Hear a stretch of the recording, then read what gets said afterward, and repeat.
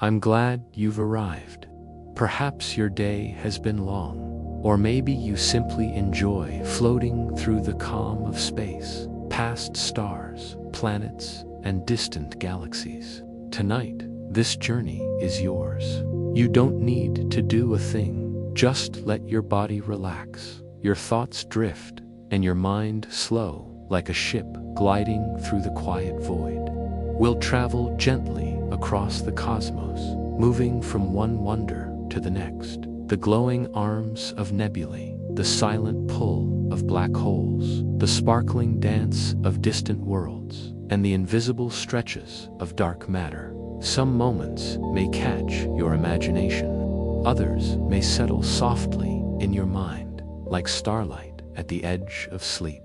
If these peaceful voyages help you rest, liking and subscribing lets other travelers find this calm corner of the universe too. Now, take a deep breath and let's set off on our journey. We are currently drifting through the velvet blackness of the void, far beyond the warmth of any sun. Out here, the stars are not blinding torches. They are distant, polite spectators, pinprick stars against an endless canvas of obsidian. It is a heavy, resonant silence that wraps around the ship, the kind of silence that feels ancient and thick, like a blanket pulled up to your chin. You check the navigation array, watching the silent blink of status indicators as they sweep across the dark sector.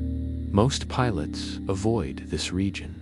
They say there is nothing here but coal dust and old echoes, but you know better. You know that sometimes the profound loneliness and peace of deep space hides the most miraculous things. The scanner chimes a soft, low tone that ripples through the quiet air. There it is, an anomaly in the dark. Ahead of you, obscured by the lack of starlight, lies a rogue planetan orphan world that broke free from its parent star billions of years ago to wander the galaxy alone. On the thermal sensors, it barely registers, a whisper of heat against the absolute zero of space. You tap the controls, the soft tap of your fingers on a control panel, the only sharp sound in the room. You initiate the approach vector. The ship's hull groans under faint gravitational stress, a familiar, settling sound that reminds you this vessel has carried you through worse than this. Let's be honest, the manual didn't cover this part of the chart, but that's usually where the best views are hidden. You lean back, the worn fabric of your harness holding you securely, and watch as the blackness outside the viewport begins to shift, texturing into clouds that you cannot see, but can certainly feel. As the stargazer dips into the upper atmosphere, the silence of the vacuum is replaced by the rushing whisper of gas flowing over the shields. It sounds like rain on a metal roof, a soothing white noise hiss that wraps the cockpit in a cocoon of sound. You are descending blind, trusting the instruments, trusting the ship. There is a metallic temps of recycled air that always seems stronger during descent, a scent that smells like ozone and anticipation. You watch the altimeter drop, 10,000 meters, 5,000. The turbulence is gentle, like a boat rocking on a slow swell. You are waiting for the clouds to break. You are waiting for the dark to reveal its secret. And then, just as the proximity alarm gives a polite, non-critical chirp, the clouds part. Below you, the world is not black. It is alive with light. Stretching out to the horizon is a global ocean, not of water as you know it, but of a viscous, life-rich fluid, glowing with a fierce, bioluminescent indigo. It is a magnificent ocean of light and energy, churning in slow motion. Without a sun to warm it, this world generates its own heat from the core, and the life here creates its own light. It is a planet of perpetual twilight, lit from below. You level the ship off, hovering just a few hundred feet above the glowing waves. The light casts dancing reflections on the cool, smooth plasteel of the viewport, turning the interior of your cockpit into an underwater cathedral. You might need a moment to just float here and take this in. It is a beauty so alien, yet so serene, it makes your chest ache in the best possible way. You decide to set the stargazer down on a shelf of dark ice that protrudes into the glowing sea. The landing gear deploys with a muffled thud, and the engines spool down to a whisper. You are anchored now, a tiny speck of metal and warmth on the edge of a glowing abyss. You stand up, stretching your legs, feeling the magnetic boots of your suit click against the deck plates. You make your way to the airlock, the metallic corridors humming with latent power. There is a distinct shift in the air as you seal your helmet, the transition from the ship's recycled atmosphere to the contained ecosystem of your suit. The quiet rustle of your suit lining is the only sound as you cycle the lock. The outer door slides open, revealing the alien night. Stepping out onto the ice, the first thing you notice is the stillness. The atmosphere is thin, but it carries the sound of the oceana deep, rhythmic pulsing like a heartbeat. The ice fields are glinting under the light of the waves, reflecting the teal and violet hues of the sea. You walk to the edge of the shelf. The water is thick, glowing with millions of tiny organisms, a biome dome teeming with alien flora that will never know what a sun looks like. They don't need one, they have each other. It is a reminder of the delicate fragility of life and how it stubbornly refuses to be extinguished. No one told you deep space was this quiet or this loud with color. You sit on the edge of the ice, your gloves resting on the gritty regolith, dusting the surface, and you simply watch the waves roll in. It is easy to feel small out here, to feel like a momentary spark in the vast emptiness.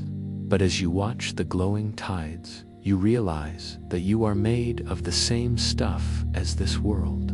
The atoms in your body were forged in the fires of ancient stars, just like the ice beneath your boots and the hull of your ship.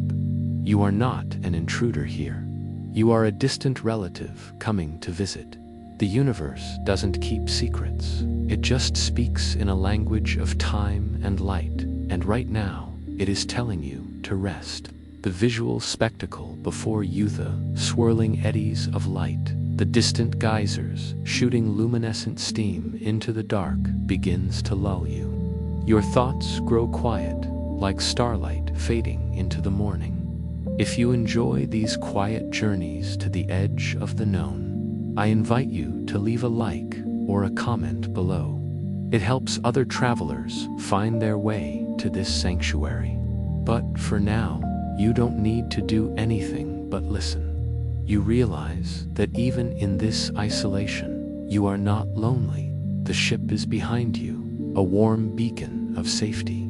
The ocean is before you, a testament to life, and you are here, breathing, observing, existing. The cold of the view doesn't reach you. You are cocooned in warmth. You watch a massive, glowing creature breach the surface in the distance, a leviathan of the deep, moving with a slow, majestic grace for slipping back into the depths without a splash. Nothing to worry about. Probably, it's just another neighbor in the dark. You decide it is time to return to the stargazer. The walk back feels lighter. The gravity of this world gentle on your weary muscles.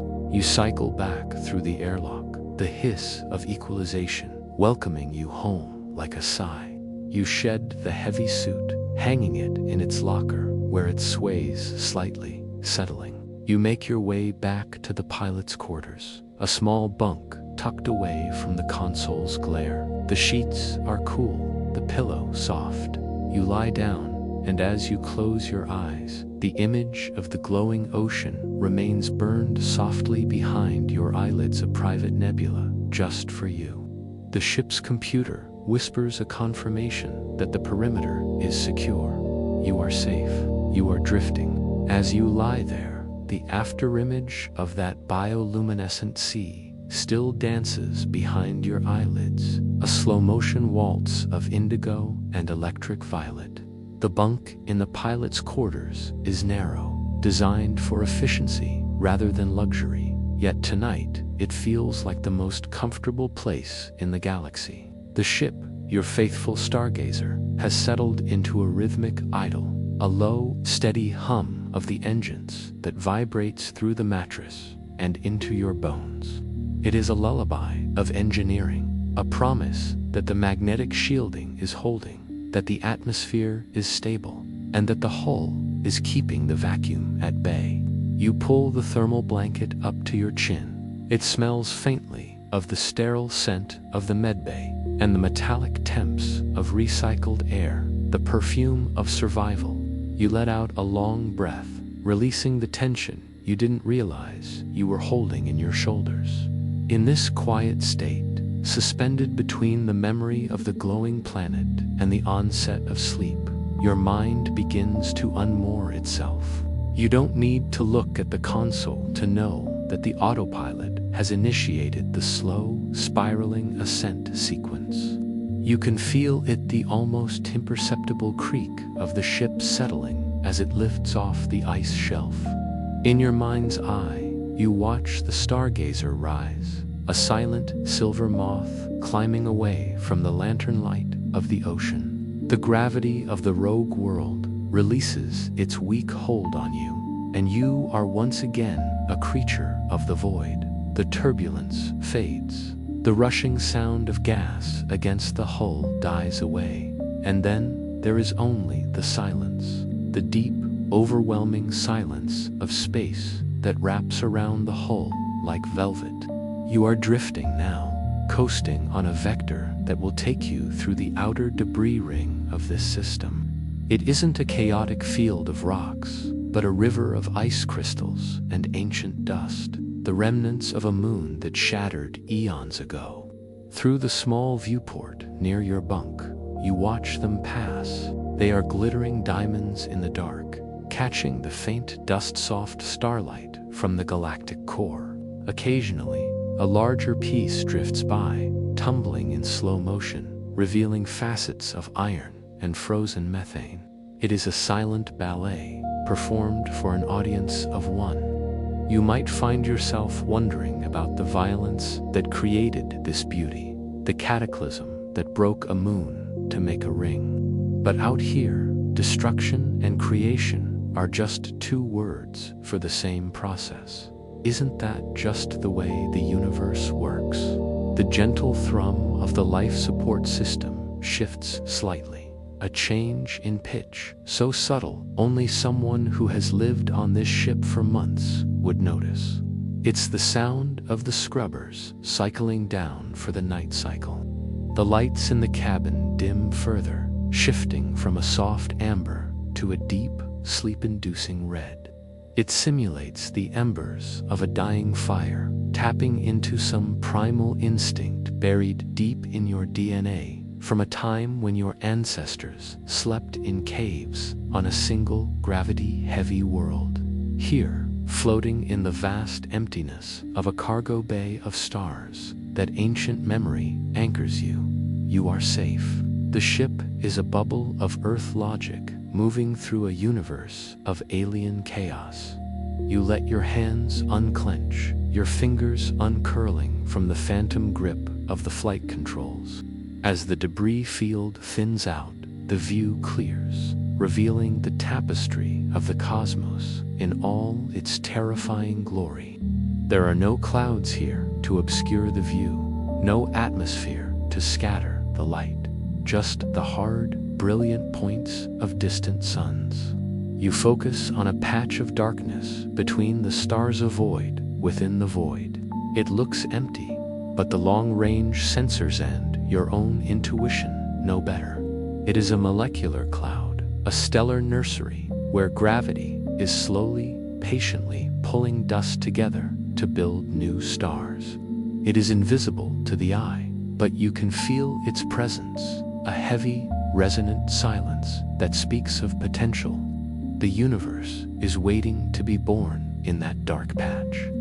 The future is a nebula, beautiful and unformed, waiting for you to fly through it. Your thoughts begin to drift, losing their linear structure. They float like the dust motes dancing in the faint light of the cabin. You think about the rogue planet receding behind you, a lonely jewel in the dark. You think about the distance to the next way station, light years of nothingness that you will cross while you dream. There is a profound loneliness to deep space, yes, but there is also a profound peace. The demands of the data, diagnostics, the navigation charts, the maintenance of the water recycler seem very far away. Out here, you dream of things bigger than worlds. You dream of the spaces between them. The universe doesn't demand anything of you right now. It doesn't care if you are productive. It only asks that you witness it. A soft chime of a non-critical alert sounds from the cockpit, muffled by the bulkhead door. Probably just a sensor ghost or a micrometeoroid dusting the shields. You'll just pretend you didn't hear that. For now, the ship's AI will handle it. It is smarter than you, faster than you, and it never gets tired. You trust it with your life every single second. This surrender of control is the hardest part of being a pilot, and yet it is the most necessary. To sleep is to trust. You trust the whole. You trust the math. You trust that the physics that keep the stars burning will also keep your heart beating through the night. You sink deeper into the mattress, letting the sensation of microgravity lift the weight from your spine. The darkness of the room seems to expand, the walls of the cabin receding until you are floating in the open space yourself. But it is not cold. You are warm, tethered, secure. You imagine the stargazer as a tiny needle threading through the cosmic fabric, stitching a path between the gravity wells. You are a traveler on an endless ocean, and the current is carrying you exactly where you need to go. Memories of the day settle softly in your mind, like distant light on a calm, clear evening. The indigo waves, the crackle of the ice, the feeling of standing on a world that no one else knows exists. These moments in the void linger longer than the years that follow. They are yours to keep, hidden away in the cargo hold of your memory. Your breathing is slow now, deep and rhythmic, matching the pulse of the ship. In, and the air is cool and clean. Out, and the worries of the drift fade away. You are heavy with sleep, yet light as a photon. The stars outside are watching over you, silent sentinels that have burned for billions of years and will burn for billions more. They have time, you have time. There is no rush to reach the next sector. The destination is just a point on a chart. The journey is the quiet moments like this, suspended in the amber of space-time. Let your mind soften. Let the edges of your consciousness blur. Time in the deep drift is a fluid concept, untethered from the rotation of any planet or the rising of any sun.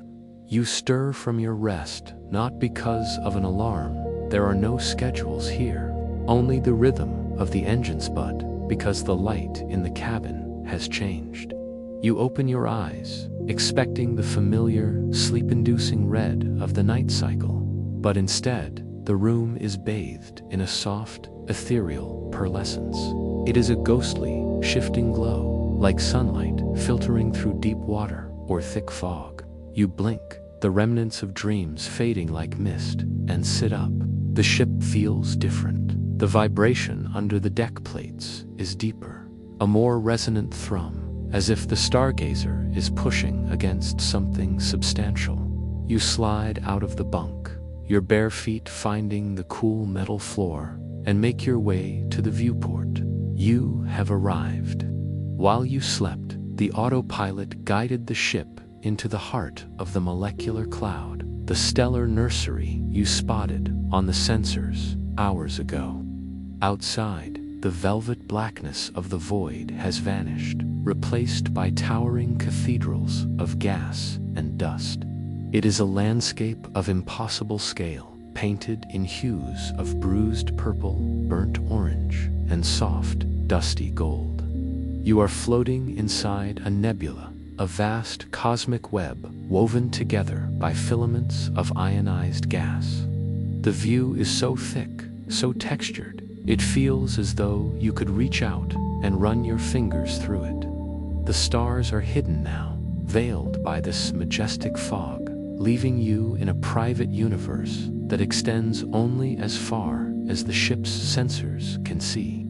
It is a heavy, resonant silence that hangs out there, a silence that feels expectant, pregnant with the possibility of creation. You move to the cockpit, the metallic corridors humming with latent power. The air here tastes different, or perhaps it is just your imagination. The manual says the scrubbers filter everything, but you swear you can smell the faint scent of ozone and ancient ice.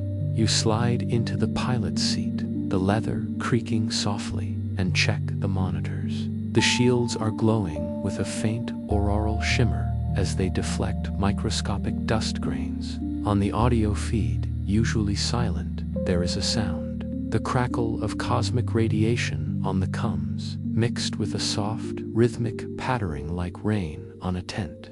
It is the sound of the nebula brushing against the hull. You are flying through the universe's original blueprint, the raw material of galaxies.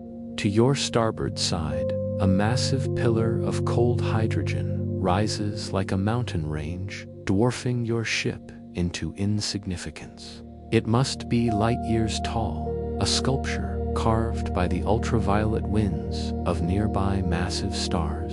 Deep within that dark pillar, gravity is doing its slow, patient work. You zoom the sensors in. There, buried in the dark, is a warm knot of heat, a protostar. It isn't burning yet, not truly. It is a sphere of crushing pressure, gathering mass, waiting for the moment of ignition. It is a sleeping giant. You watch the numbers on the screen fluctuate. It might wake up in 1,000 years, or 1,000,000. The universe doesn't rush these things. Change drifts in on solar winds, where no one expects it, and happens exactly when it is meant to. You realize you are holding your breath again. You let it out in a long sigh, the sound loud in the quiet cockpit. You decide to disengage the main thrusters and let the ship drift on the nebula's internal currents. The sudden cut in power drops the ambient noise to a whisper. Now, it is just the hiss of recycled air through vents and the silent blink of status indicators. You feel a profound sense of peace settling over you, a feeling that you are hidden away from the rest of the galaxy. No one can scan you here. No one can hail you. You are wrapped in a blanket of stardust, safe in the womb of the cosmos. You'll just pretend you didn't hear that faint creak in the aft bulkhead. It's just the ship adjusting to the temperature drop, nothing to worry about. Leaving the view for a moment, you head to the small galley tucked behind the navigation deck. The ship's interior feels both like a sanctuary and a cage, but right now, with the infinite swirling outside, it is definitely a sanctuary. You press the button for a hot drinks, something rich and earthy, to ground you.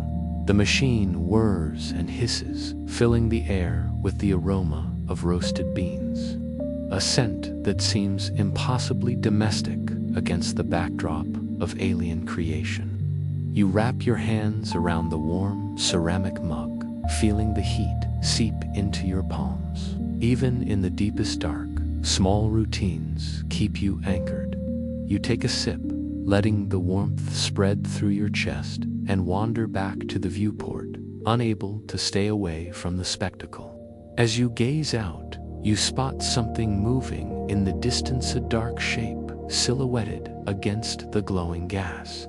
It isn't a ship, it's a wanderer, a rogue comet, a chunk of ice and rock the size of a city, tumbling slowly through the fog. It is a silent messenger from the dawn of time, carrying water and organic molecules, perhaps destined to crash into a new world and start the cycle of life all over again. Or perhaps it will drift forever. You watch it pass, its surface glinting with ice fields under a distant, unseen sun. It spins with a lazy, hypnotic rhythm. You salute it with your mug. Two travelers passing in the fog, both made of the same ancient debris, going different directions in the dark. The console lights flicker briefly, a harmless power fluctuation caused by the magnetic fields of the nebula. It casts the cockpit in a momentary shadow before returning to the steady amber glow. It reminds you of the delicate fragility of life out here. You are separated from the void by a few centimeters of alloy and glass. But instead of fear, you feel a strange kinship with the emptiness. Vast emptiness forces you to find the universe within yourself. You are not just observing the nebula, you are experiencing it. The light entering your eyes has traveled for eons just to land on your retina. The dust bouncing off the shields was forged in the hearts of dying stars. You belong here.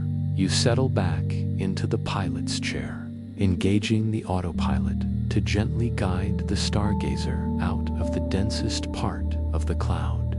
You have seen enough for one night, and the sensory overload is beginning to make your eyelids heavy again. The ship responds with the muffled thud of a maneuvering thruster, turning its nose toward the open space beyond. Slowly, the walls of gas begin to thin. The bruised purples fade into deep indigo, and the gold dust scatters into the vacuum. Stars begin to reappear, popping into existence, one by one pinprick stars, against an endless canvas, familiar and bright. The rain on the hull stops. The silence returns to its usual, heavy depth.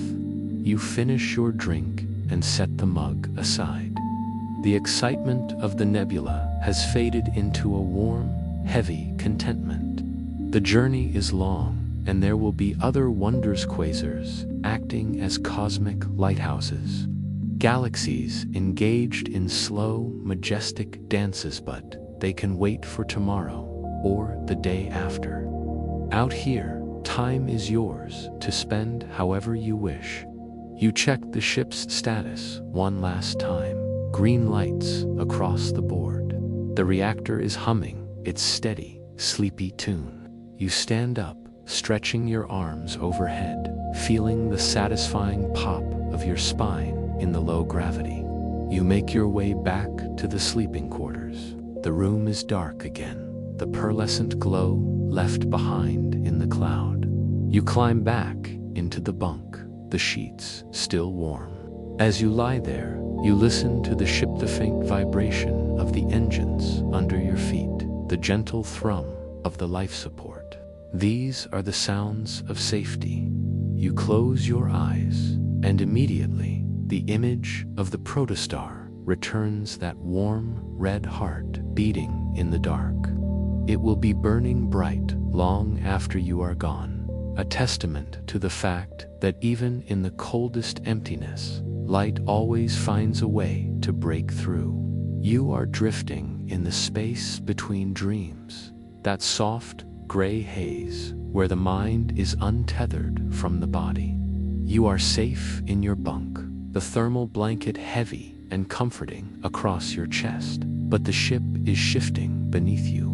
It isn't a jar or a jolt. It is a long, slow lean, like a great ocean liner turning into a swell. your pilot's instinct wakes up just enough to register the change. The stargazer is initiating a gravity assist maneuver to save fuel on this long voyage across the void. The navigation computer has lined you up to swing around the mass of a wandering planetoid, stealing a whisper of its momentum to fling you further into the dark. It is a cosmic dance, a handshake with gravity. You don't need to get up. The ship knows the steps, but curiosity is a gravity well of its own, isn't it? You slide out from the warmth of the covers, moving with the sluggish grace of someone swimming through deep water. The cabin is dim, lit only by the silent blink of status indicators on the wall panel. Green, green, green. All is well. You drift down the short corridor to the observation deck, the metallic floor cool against your bare feet. The ship is silent, save for the faint, almost perceptible creak of the hull settling under the tidal forces of the world below. It's a sound that used to make your heart jump, but now it's just the stargazer talking to you, complaining gently about the weight of the turn. You press your hand against the cool, smooth plasteel of the viewport and look out. Below you, filling the lower half of your vision, is a moon made of ice and silence. It glows with a ghostly luminescence, reflecting the light of the nebula you left behind hours ago. But this is not just a ball of frozen water. As your eyes adjust to the velvet blackness, you see them. Rising from the jagged, white plains are needle-thin towers, glittering like diamonds, the crystal spires of a long-dead civilization. They stretch kilometers into the vacuum, fragile and impossible, catching the starlight and refracting it into spectra of pale blue and silver. There are no lights on down there, no movement, no signals, just the architecture of a ghost story, standing tall against the entropy of the universe. The beauty of it hits you in the chest, a soft, hollow ache. You are looking at a graveyard, but it is one of light, not darkness. Who were they? The scanners pick up nothing biological, only the faint, almost musical resonance of the crystal structures vibrating in the moon's magnetic field. It sounds like a glass harp played by the wind, though there is no wind here.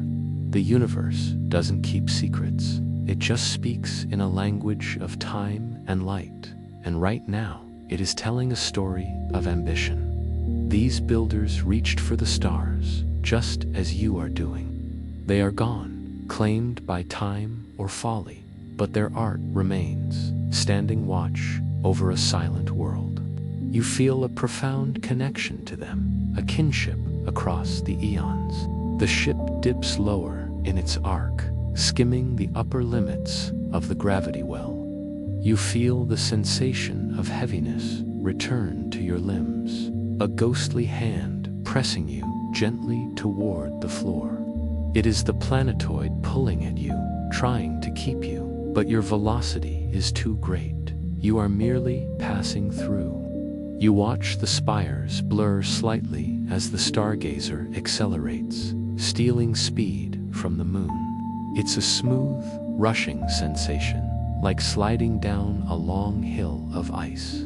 The view rotates slowly, the glittering towers tilting on their axis as the ship angles itself for the departure vector.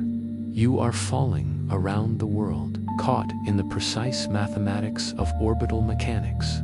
For a moment, you wonder what it would be like to land there, to walk among those silent giants, your boots crunching on ice that hasn't melted in a billion years, to touch the smooth, cold surface of a spire and feel the vibration of the cosmos humming through it. But some places are meant to be seen and not touched.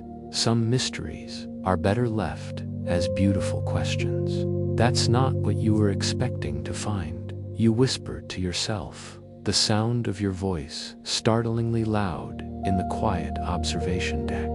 No one told you the void was this full of history.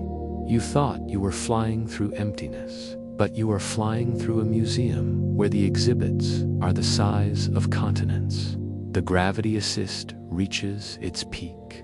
The ship shudders, once a gentle, resonant thrum. Then the heaviness lifts. You are weightless again, flung outward by the slingshot effect, carrying the momentum of the dead moon with you. The crystal spires begin to recede, shrinking from towering skyscrapers back into glittering needles, and then into dust motes of light. The moon curves away, retreating into the shadow of the deep dark. You watch it go until it is just another pale dot among the pinprick stars. You place a hand on the bulkhead, thanking the silent world for the push. It is a lonely job, being a gravity well, waiting eons for a ship to swing by. You hope it felt your presence, a fleeting warmth in its eternal winter. The excitement of the pass begins to fade, replaced by a deep, heavy exhaustion. The adrenaline of the maneuver has washed away, leaving you feeling soft and pliable. The universe is vast, and you are just one small consciousness drifting through it. It is time to return to the sanctuary of your bunk. You push off the wall, floating down the corridor, the metallic temps of recycled air smelling crisp and cool. The ship has steadied itself, the engines returning to that low, steady hum that you feel in your teeth and your bones. It is the sound of forward. It is the sound of safe. You climb back into your bunk, the thermal blanket still holding the warmth of your body. It wraps around you like a cocoon. You lie on your back, staring up at the dark ceiling of the cabin. Your mind is full of glittering ice and silent towers, images that settle softly in your mind like snow falling on a windless night. You realize that you are not running from anything, nor are you rushing toward anything. You are simply being, here now. The vast emptiness forces you to find the universe within yourself, and tonight, that universe is calm, it is quiet, it is filled with wonder. The lights in the cabin dim to barely a glow, the ship sensing your return to rest. The navigation computer has locked in the new trajectory. The course is straight and true, a line drawn through the void that won't need correcting for days. You let your eyelids close. The darkness behind them is not empty. It is textured with the memory of starlight. You feel the gentle vibration of the drive, a constant reminder that you are held, carried, and protected. The crystal moon is behind you. The nebula is behind you. Ahead lies only the peaceful, open ocean of the night. There is no sunrise to wake you out here, only the gradual, programmed brightening of the cabin lights. They shift from the deep crimson of sleep mode to a soft, dawn-like apricot, mimicking a morning on a world you haven't set foot on in years. You wake slowly, surfacing from the depths of a dreamless rest. The ship feels different again. The heavy, gravitational tug of the crystal moon is a distant memory now, replaced by the smooth, frictionless glide of deep space cruise. The stargazer is no longer fighting physics. It is riding the wake of its own momentum. The vibration under the floorboards has smoothed out into a purr, so subtle you have to press your hand against the wall to confirm it's still there. You are making good time across the void, crossing a vast, empty expanse between spiral arms. You slide out of the bunk, stretching your arms toward the ceiling, feeling the satisfying pop of your spine in the microgravity. Today, the cockpit doesn't call to you. The navigation is locked. The sensors are sweeping clear space, and the galaxy is behaving itself. Instead, you feel a pull toward the stern of the ship, toward the one room that smells like a memory. You make your way down the central corridor, the metallic corridors humming with latent power. The air here is cool and sterile, carrying that familiar metallic temps of recycled oxygen. But as you approach the heavy blast door at the end of the hall, the scent changes, it sweetens, it deepens. You punch the code into the keypad, a simple sequence. Your fingers know by heart. The door slides open with a heavy pneumatic hiss.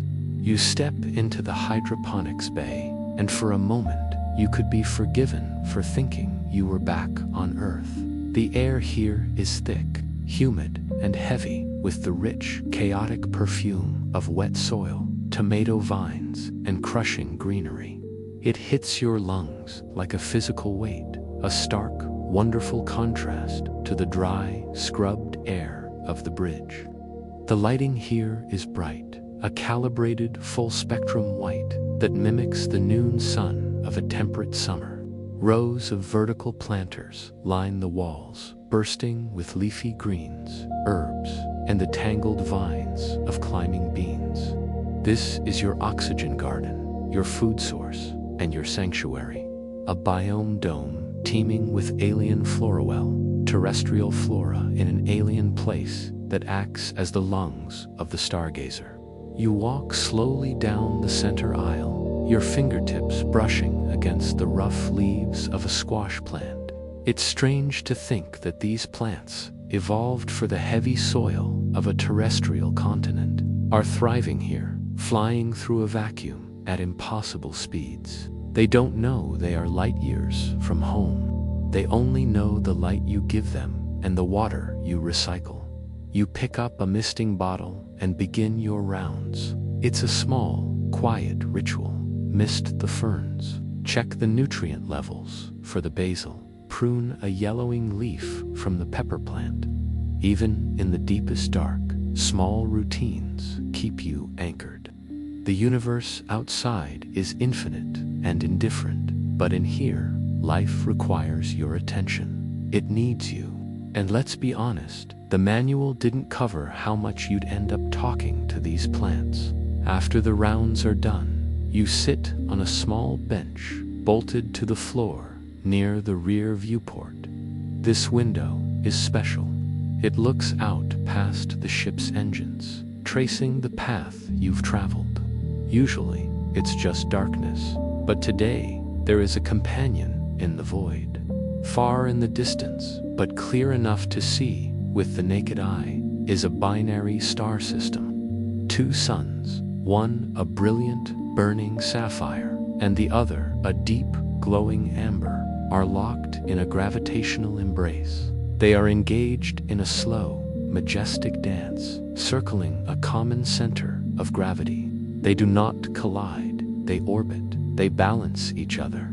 It is a waltz that has lasted for billions of years and will last for billions more. You watch them spin, hypnotized by the interplay of colors.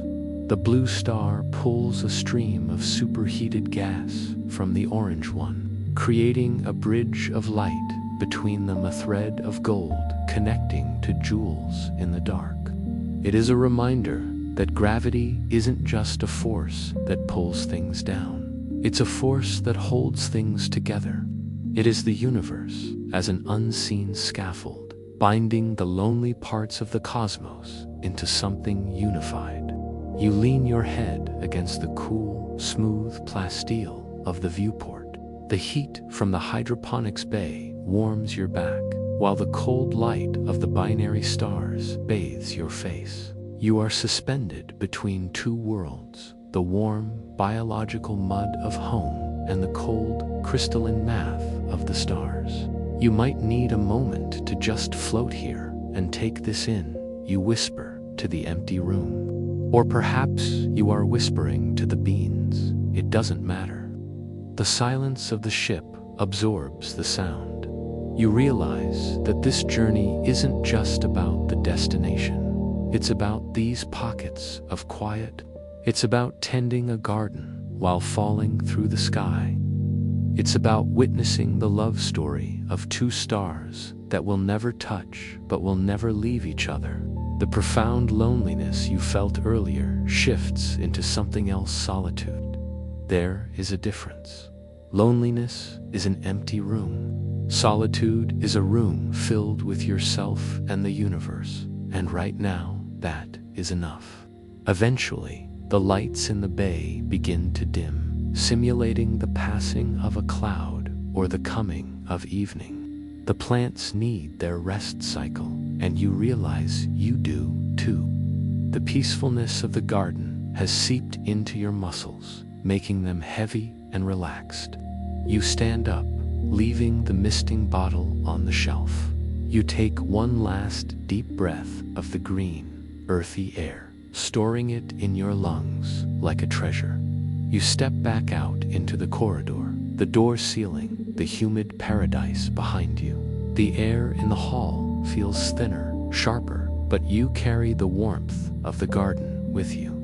The ship's hull groans softly, thermal expansion from the distant heat of the binary stars. Nothing to worry about, probably just the stargazer stretching its legs. You make your way back to your quarters, the rhythmic thrum of the engine guiding you like a heartbeat. The excitement of the Datha garden, the stars settle softly in your mind like dust motes falling in a sunbeam. You climb into your bunk, the familiar embrace of the mattress welcoming you back. The viewport in your room shows only the trailing darkness now, the binary stars having drifted out of view, leaving only the velvet blackness. But you know they are there. You know the crystal moon is there. You know the glowing ocean is there. The universe is full of neighbors, even if they live light years apart. You wake not to light, but to a vibration. It is subtle at first, a gentle tickle against the soles of your feet through the mattress, but it grows into a deep, resonant hum that seems to make the very air in the cabin tremble. It isn't an alarm, the stargazer knows better than to startle you awake, but rather a notification from the hull itself.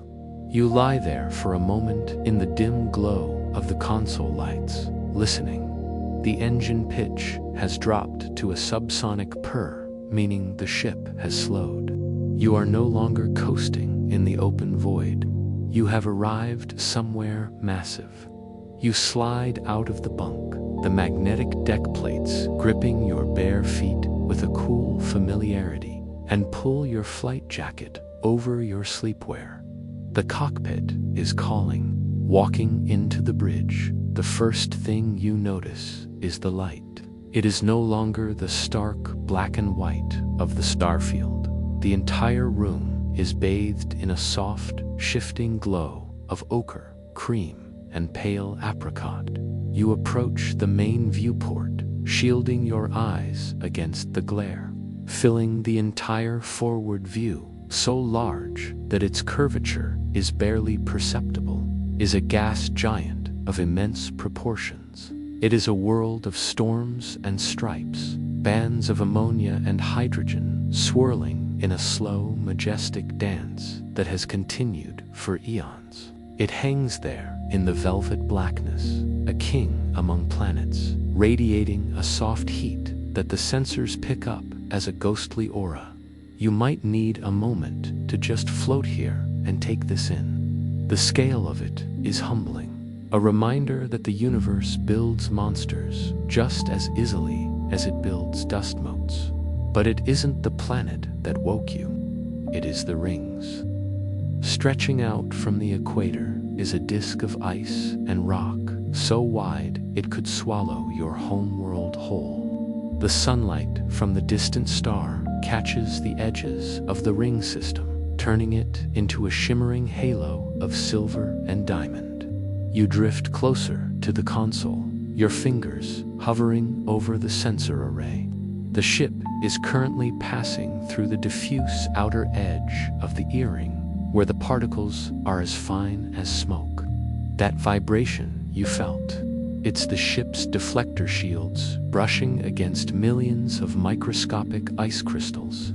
It's the sound of rain translated through the hull of a starship.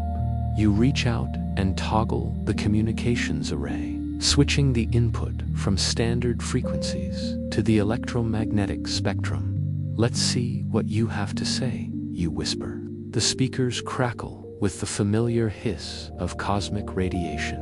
But then you tune the frequency, sliding the dial until the static resolves into a tone. And then you hear it. The planet is singing. It is a chorus of whistles, chirps, and descending tones, created by charged particles from the solar wind slamming into the planet's magnetic field. It sounds like a choir of whales singing in a cathedral the size of a solar system. It is the chorus of the spheres, a song that has been playing to an empty audience for billions of years. You sink into the pilot's chair, the worn leather groaning softly, and simply listen. The sound is haunting, eerie, and undeniably beautiful. It rises and falls in complex arpeggios, a melody written by physics and performed by plasma.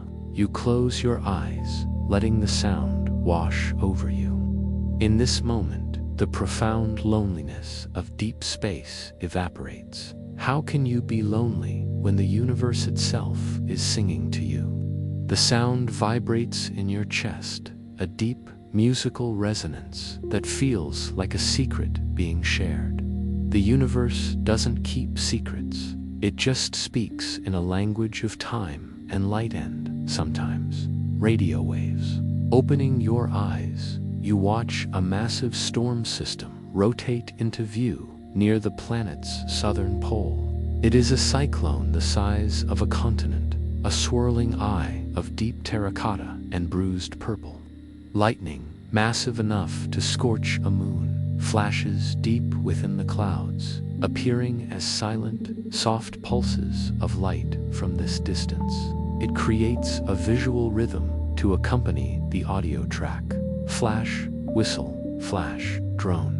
It is a performance of terrifying power, yet from the safety of the stargazer, it feels like a lullaby. The glass of the viewport is cool against your forehead as you lean in, trying to see as deep as you can into those endless clouds. You wonder what lies at the core: diamond rain, liquid metal oceans. Some things are meant to remain mysteries. The ship's AI offers a soft chime, indicating that your trajectory is carrying you past the point of closest approach. You are merely a tourist here, skipping like a stone across the gravitational pond of this giant. Slowly, the song begins to fade, the whistles becoming fainter, the drones dropping into a lower register. The rings begin to thin out, the shimmering silver turning back into the dust-softened starlight of the open void. The ochre giant slides to the side of the viewport, retreating into the rear-view monitors. You feel a pang of melancholy, a desire to stay and listen forever, but the drift must continue. That's just the way the universe works. You are a traveler, and travelers must move on. You switch off the audio monitor, returning the cockpit to its heavy, resonant silence. But the silence feels different now. It feels charged, as if the echoes of the planet's song are still bouncing around the metallic corridors. You stand up, feeling the fatigue of the wonder settle into your bones. It is a good kind of tired, the heaviness that comes after witnessing something magnificent. You check the navigation one last time. The course is green, the shields are holding, the path ahead is clear. You pat the console, a silent thank you to the ship for waking you up for the show. "Good girl," you whisper. You make your way back to your quarters, the dim glow of the corridor lights guiding you home. The air still smells faintly of the ozone from the shield activity, a crisp, clean scent that clears your mind. You climb back into your bunk, pulling the thermal blanket up high. The ship has stopped vibrating. The hum of the engines has smoothed out again, returning to that almost imperceptible purr you are back in the open ocean of the night, sailing between the islands of light.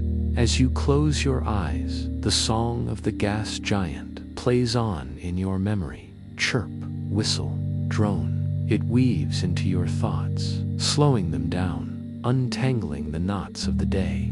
You realize that out here, in the vast emptiness, silence is just a pause between songs. You are safe, you are small, you are part of the music. The stargazer carries you forward, a metal seed floating in the dark. Let your mind soften, let your breathing slow. The giant is behind you, singing to the stars. You are drifting, drifting, drifting into the quiet, into the peace, into the deep, dreamless sleep of the voyager. Good night.